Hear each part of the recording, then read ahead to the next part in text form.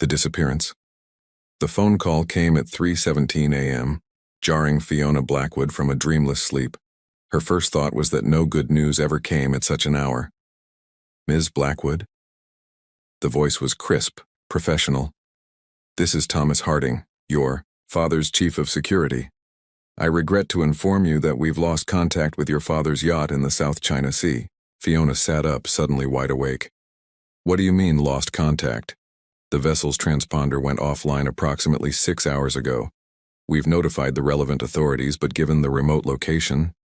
He paused. "We thought you should know immediately." Fiona's mind raced. Her father, Richard Blackwood, founder and CEO of Blackwood Shipping International, was meticulous to a fault. His routine business trip to Singapore was meant to last 3 days. He never extended trips without notification. "I'll be at the office in an hour," she said. Rain pattered against the windows of her Manhattan apartment as she dressed. At 32, Fiona had carved out her own path, refusing to join the family business despite her father's persistent pressure. Instead, she'd built a reputation as a corporate attorney, specializing in international finance. A career that now seemed providential. Blackwood Tower loomed over the New York skyline, a monument to her father's business acumen. The security desk was already expecting her, a testament to Harding's efficiency. "Everything we know is here," Harding said, sliding a tablet across the polished conference table. A former naval intelligence officer, Harding had been with her father for 15 years. His face betrayed no emotion, but the tension in his shoulders spoke volumes. The Meridian departed Singapore on schedule. Last known coordinates put it here. He pulled up a map with a blinking red dot in the middle of nowhere. Then nothing. "Pirates?" Fiona asked. "Unlikely in those waters, but we can't rule anything out. Weather?" "Clear skies, calm seas." Fiona frowned. "Who was with him?" "Just the crew. 5 people, all long-term employees." Something didn't add up. Her father never traveled without his personal assistant Vivian Porter, who had been with him for over 20 years. "Where's Vivian?" A flicker of something, hesitation, crossed Harding's face. "She took personal leave last week. Family emergency." Fiona's instincts, honed through years of depositions and negotiations, tingled. "Show me his calendar." Harding hesitated. "Ms. Blackwood, with all due respect, I have power of attorney in the event of my father's incapacitation," she interrupted. "Show me his calendar." Reluctantly, Harding pulled up Richard Blackwood's schedule. The Singapore trip appeared straightforward. Meetings with shipping partners, a dinner with potential investors, a return flight scheduled for tomorrow, and his emails. "That would require Thomas," she said quietly. "My father is missing." Every minute counts. With obvious reluctance, he granted her access to Richard's email. Fiona spent the next hour scanning through messages, finding nothing unusual until she noticed a pattern in his sent items.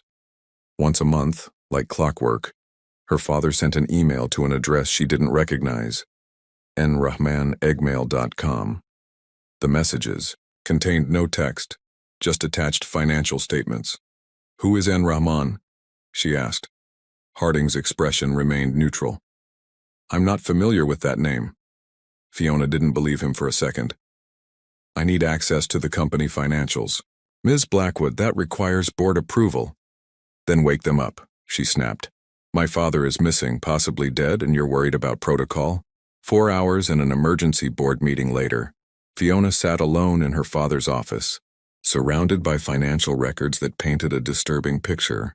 For the past 20 years, Richard Blackwood had been transferring substantial sums, millions annually, to a holding company in Malaysia called Rahman Enterprises. The sun was rising over New York when Fiona found the photograph. Hidden in a false bottom of her father's desk drawer was a family portrait. Richard Blackwood, arm around a beautiful Malaysian woman with a teenage girl between them. The girl had her father's eyes, Fiona's eyes. On the back, written in her father's precise handwriting, "Layla and Nadia, Kuala Lumpur, 2018. Her hands trembled as she dialed Harding's number. "I need the company jet ready in 3 hours," she said, her voice steady despite the turmoil inside. "I'm going to Malaysia. Ms. Blackwood, the authorities are handling. My father has another family," she cut him off. "Another daughter, and I think his disappearance is no accident." The silence on the other end confirmed her suspicions. Harding had known. "Who else knows about them?" she demanded. "Only Vivian and myself," he admitted. "Your father was protective of his privacy." "His privacy," Fiona repeated, a bitter laugh escaping her lips. "Is that what we're calling it?" She hung up and stared at the photograph. 20 years of lies. A sister she never knew existed. A father who had been living a double life. Outside the window, New York continued its relentless pace, unaware that Fiona Blackwood's world had just shattered. But beneath the shock and betrayal, something else stirred: determination. If her father had orchestrated his own disappearance, she would find out why. And if he was truly in danger, she would move heaven and earth to save him. Either way, she was getting answers. She took one last look at the family portrait, her father's other family, before slipping it into her purse. Then she picked up the phone to book a flight to Kuala Lumpur. Richard Blackwood had secrets. It was time to uncover them all. The other daughter. The humidity hit Fiona like a wall as she stepped off the private jet at Kuala Lumpur International Airport. After a 20-hour flight spent combing through her father's financial records, her head throbbed with fatigue and unanswered questions. A sleek black Mercedes waited on the tarmac, the driver holding a sign with her name. She had expected Harding to arrange transportation, but the man who greeted her wasn't one of her father's usual security personnel. "Ms. Blackwood," he said with a slight bow. "I am Darius, Mr. Harding's associate here in Malaysia." "Has there been any update on my father's whereabouts?" she asked, sliding into the back seat. "Nothing confirmed," Darius replied, his expression carefully neutral. "But there are rumors in certain circles that a yacht matching the Meridian's description was spotted near Langkawi, heading toward Indonesian waters." Fiona processed this information. If true, it suggested her father's disappearance might indeed be deliberate. "Take me to Rahman Enterprises." Darius's eyes met hers in the rearview mirror. "Are you certain that's wise? Perhaps your hotel first." "Rahman Enterprises," she repeated firmly. They drove through Kuala Lumpur's gleaming downtown, skyscrapers jutting into the hazy sky like silver exclamation points. Rahman Enterprises occupied the 15th floor of a modern glass building in the heart of the financial district. The receptionist, a young woman with immaculate makeup, smiled politely at Fiona. "Do you have an appointment?" "No," Fiona said, "but I believe Nadia Rahman will want to see me." The receptionist's smile faltered slightly. "Ms. Rahman is in a meeting. Perhaps tell her Fiona Blackwood is here, Richard Blackwood's daughter." 10 minutes later, Fiona was ushered into a spacious corner office with floor-to-ceiling windows overlooking the city. The woman behind the desk rose slowly, her expression a careful mask. Nadia Rahman was striking, tall and elegant in a charcoal gray suit, her dark hair swept into a sleek bun. But it was her eyes that caught Fiona's attention, identical to the ones Fiona saw in the mirror every morning. "So," Nadia said, her English perfect with just a hint of an accent, "you're my American sister." "Half-sister," Fiona corrected automatically, then immediately regretted it. "I'm sorry, this is new to me." "Not to me." Nadia gestured to a chair across from her desk. "I've known about you my entire life." That revelation struck Fiona like a physical blow. "You knew about me, about my mother?" "Of course." Nadia's smile was tinged with something like pity. "Father kept no secrets from us. My mother and I always understood his arrangement." The casual way she referred to their father's deception made Fiona's blood boil. "His arrangement? Is that what we're calling 2 decades of lies?" "2 families," Nadia corrected. 2 lives. He loved us equally." "Did my mother know?" The question had been haunting Fiona since her discovery. "No." Nadia's voice softened. "He respected her too much to hurt her with the truth. How considerate, Fiona said bitterly. Did you know he's missing? Something flickered in Nadia's eyes.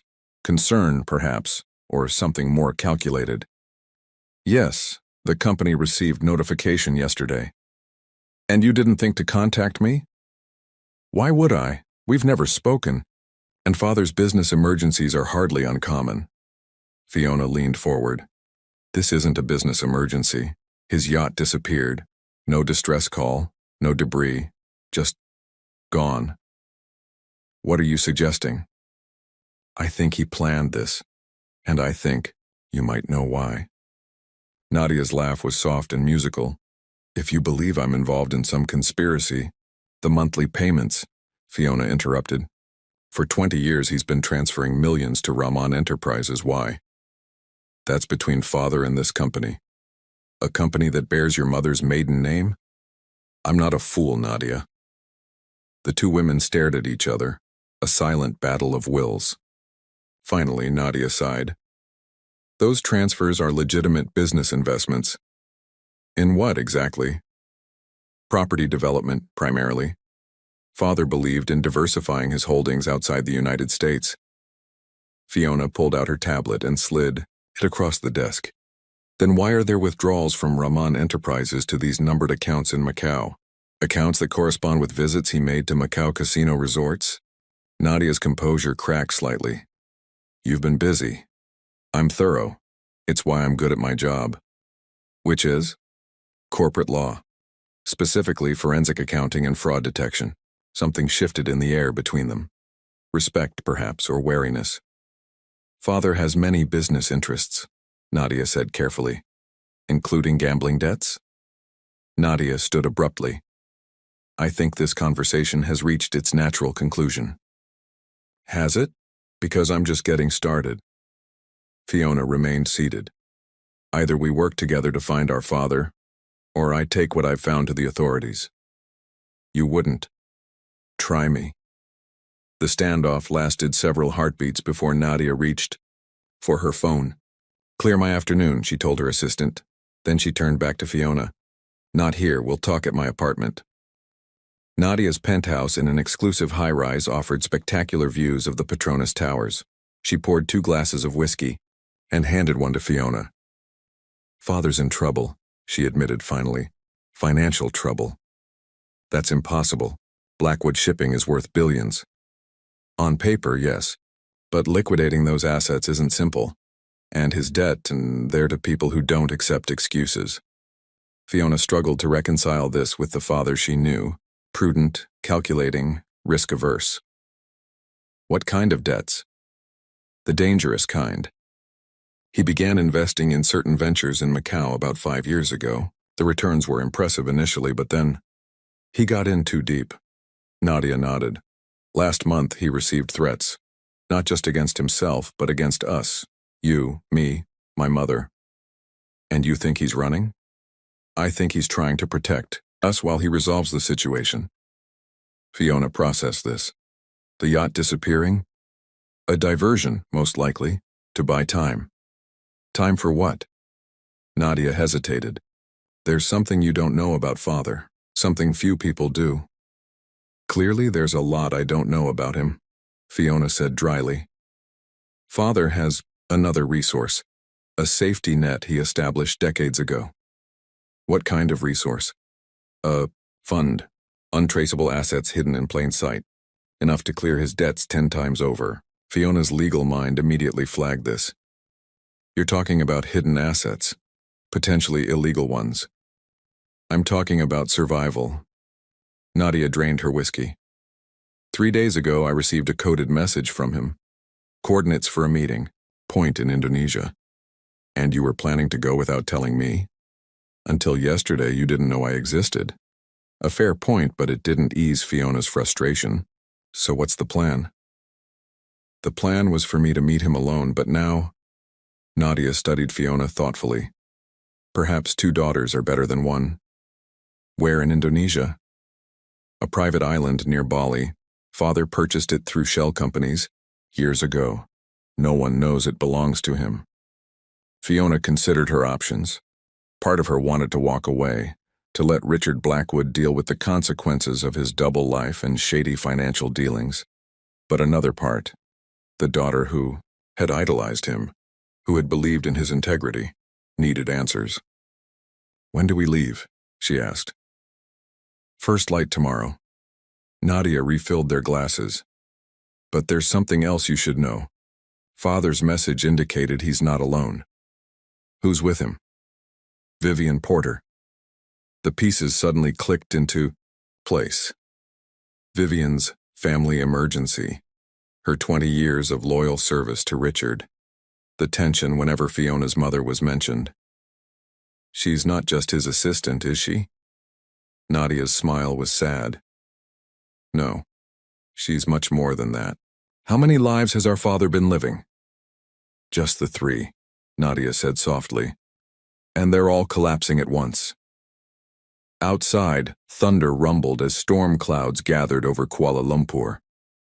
Fiona stared out at the darkening sky, wondering what other revelations awaited her in Indonesia. Her father, the man she thought she knew, had been an illusion. Tomorrow she would confront the reality, and she wasn't sure she was ready for it. The hidden fortune. The island appeared on the horizon like a mirage, a lush green jewel set in the turquoise waters of the Java Sea. Fiona stood on the deck of the small charter boat, her knuckles white as she gripped the railing. Beside her, Nadia's face was a study in composure, though the slight tremor in her hands betrayed her anxiety. "There," Nadia pointed to a secluded cove. "That's where we're meeting him." Their boat glided into the sheltered bay, revealing a pristine beach and a modestly elegant villa nestled among tropical foliage. A solitary figure waited on the shore, instantly recognizable even at a distance. "Father," Nadia murmured. Richard Blackwood had aged a decade in the weeks since his disappearance. His normally impeccable appearance was disheveled, his face haggard beneath a graying stubble. But his eyes, those penetrating eyes both daughters had inherited, remained sharp and calculating. "You brought her," he said as they approached, his tone unreadable. "She found me," Nadia replied. "She's smarter than you gave her credit for." Richard's gaze shifted to Fiona, a complex mixture of pride and wariness crossing his features. "I should have known you'd figure it out. Did you think I wouldn't?" Fiona's voice was steady despite the storm of emotions inside her. 20 years, Dad. 20 years of lies. Not lies, he corrected. Omissions. To protect all of you. From what? The truth that you've been living 3 separate lives? That you've been gambling with money that isn't yours? A flash of anger crossed his face. Is that what Nadia told you? That I'm running from gambling debts? Nadia stepped between them. It was the simplest explanation. The truth is never simple, Richard said wearily. Come inside. There's someone else you need to meet. Inside the villa, Vivian Porter sat at a teak dining table surrounded by laptops and documents.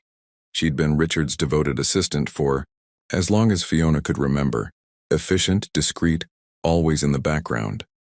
Now, seeing her in this context, Fiona recognized the intimacy in the way she touched Richard's arm, the unspoken communication in their shared glances. The real reason I disappeared, Richard began, isn't about debts or personal indulgence. It's about your grandfather's legacy. Grandfather? Fiona frowned. He was a shipping clerk who died before I was born.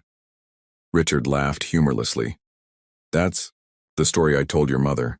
The truth is considerably more complicated. He nodded to Vivian, who opened a laptop displaying black and white photographs of a handsome young officer in a naval uniform. Your grandfather, Edmund Blackwood, wasn't a clerk. During World War II, he was a naval intelligence officer with access to classified information about Japanese shipping routes in the Pacific. What does this have to do with your disappearance? Fiona demanded. Everything. Richard sighed heavily. Edmund used his position to amass a fortune. He identified vessels carrying gold and artifacts looted from occupied territories. Then he orchestrated their disappearance, officially lost to enemy action, but actually diverted to secret locations. The implications dawned on Fiona slowly. You're saying our family fortune is built on war profiteering? On stolen treasure? Not stolen, Richard countered. Recovered. The gold belonged to nations Japan had plundered. Edmund kept detailed records of everything, what was taken, where it came from. But he never returned it, Fiona pointed out. The chaos after the war made that complicated. He established foundations, made anonymous donations. But yes, he kept a significant portion. Nadia, who had been listening silently, spoke up. The numbered accounts in Macau, part of a complex system Edmund created to hide the fortune, Richard confirmed. A system I've maintained and expanded. Until recently, Vivian interjected, her tone professional despite the extraordinary revelations. 3 months ago, we detected unusual activity. Someone was tracing the accounts, following the money trail. Who? Fiona asked. A task force, Richard said grimly. International investigators specializing in World War II restitution cases. Understanding dawned on Fiona. You're not running from creditors. You're running from prosecution. I'm protecting our family legacy, he corrected. If this becomes public, everything we've built will collapse. Not just the money, our reputation, our standing. Both of you would be tainted by association. So you faked your disappearance, planning to, what? Hide forever? Fiona couldn't keep the incredulity from her voice. Not hide. Reset. Richard gestured to the documents scattered across the table. Vivian and I have spent weeks establishing new identities, new companies, untraceable paths for legitimate funds. You're laundering money, Fiona stated flatly. I'm preserving what's rightfully ours while making amends for the past. He pushed a folder toward her. These are the foundations I've established. Clean water initiatives in Southeast Asia, medical research, education programs. Fiona flipped through the documents, her legal mind assessing the complex web of entities. The philanthropic work was genuine, the money trail meticulously constructed. You could have come clean years ago, she said finally, made restitution openly, and destroyed everything I built for you and Nadia, subjected our family to public humiliation, possibly criminal charges. Instead, you built your life on lies. Multiple lives. Richard had the grace to look ashamed. I never intended things to evolve this way. Your mother and I were separating when I met Layla. Then your mother discovered she was pregnant with you and I couldn't bear to leave. So you decided to have it all, Fiona said bitterly. I loved all of you, he insisted. Everything I've done has been to protect my families. And now? Nadia asked quietly. What happens now? Richard exchanged a look with Vivian. That depends on both of you. I have the resources to disappear completely. New identities, new lives far from any jurisdiction that might pursue us. Or, Fiona prompted, or you can help me make this right. Legally. Using your expertise, Fiona, and your business connections, Nadia, we establish a restitution trust, return what can be traced, use the rest for humanitarian purposes. You'd face consequences, Fiona warned. Serious ones. I know, but I'm tired of running, tired of the lies. He reached out, taking each daughter's hand. The choice is yours. I've asked enough of both of you already. Fiona and Nadia looked at each other, a lifetime of unspoken history between them. They were strangers bound by blood and betrayal. Yet in that moment, a silent understanding passed between them. We'll need time, Fiona said finally, to figure out what's possible legally. And to get to know each other, Nadia added. All of us.